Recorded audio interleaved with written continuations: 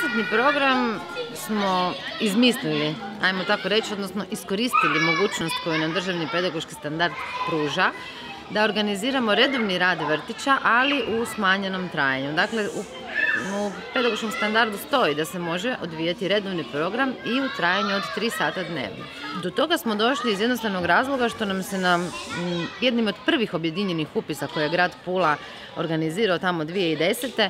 ukazala potreba od strane roditelja koji nisu bili u radnom odnosu da im djeca budu u vrtiću, a onda smo zajedno sa gradom Pula, koji je naš osnivač, pokušali naći način da roditeljima koji su nezaposleni, a u potrazi za poslom, omogućimo da ga i traže.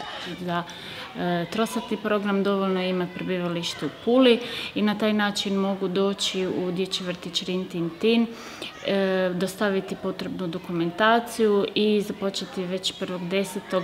jedan program koji, ja bih rekla, objedinjava puno zahtjeva, s obzirom da smo evo tu u gradu.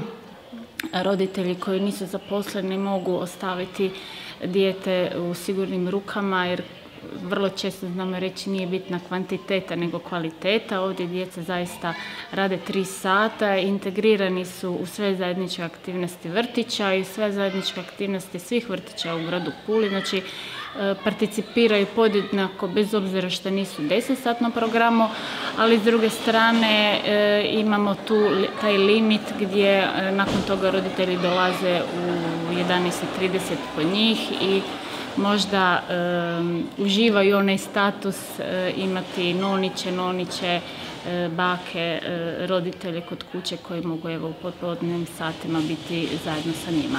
Dugo godina je interes bio vrlo velik, međutim ove godine je tu nešto smanjen interes. Mi bi rekli da je to u stvari zato što su roditelji pronašli posao.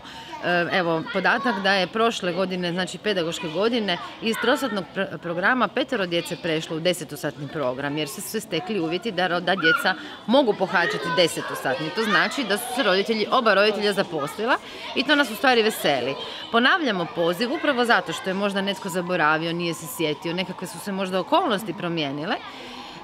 Pa ponavljamo poziv za djecu, odnosno roditelje i skrbnike da se jave, da dođu, da se upišu i da proživljavaju vrtićke dane kroz naš trosatni program koji je zaista zanimljiv.